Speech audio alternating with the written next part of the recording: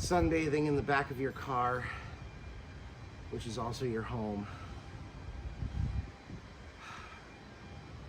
doing tasks on a Sunday, enjoying life in Dallas, Texas. I really can't complain.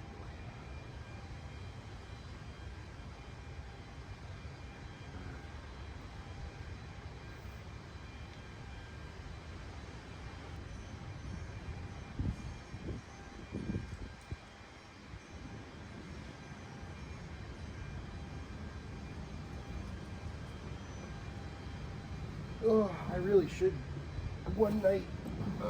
I really should put my sleeping mat back here. Like,